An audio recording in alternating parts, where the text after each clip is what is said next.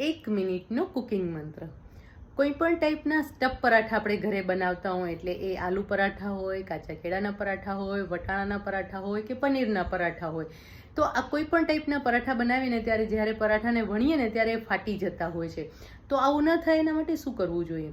તો જ્યારે પણ આપણે કોઈ પણ સ્ટફ પરાઠા બનાવતા હોય ત્યારે ખાસ 2 થી 3 વાતનું ધ્યાન રાખવાનું છે કે સૌથી પહેલાં તો જે આપણે સ્ટફિંગ તૈયાર કરી રહ્યા છીએ એ થોડું ડ્રાય હોવું જોઈએ.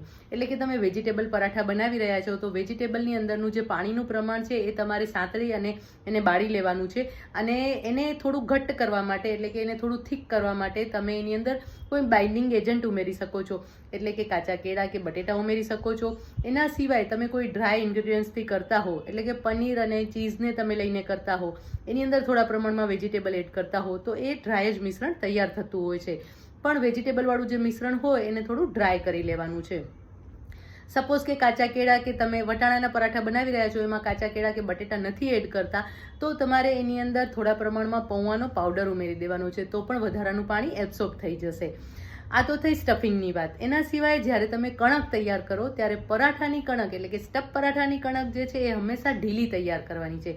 આપણે અહીંયા જ ભૂલ કરતા હોઈએ છીએ કે પરાઠાની કણક છે એ આપણે થોડી વધારે ટાઈટ કરતા હોઈએ છીએ, અને એના કારણે જ્યારે આપણે વણીએ ને ત્યારે એ જે કણક છે, એટલે કે જે લુઓ છે એ ખેંચાતો નથી, અને એના કારણે જે વણીએ ત્યારે પરાઠા ફાટી જતા હોય છે.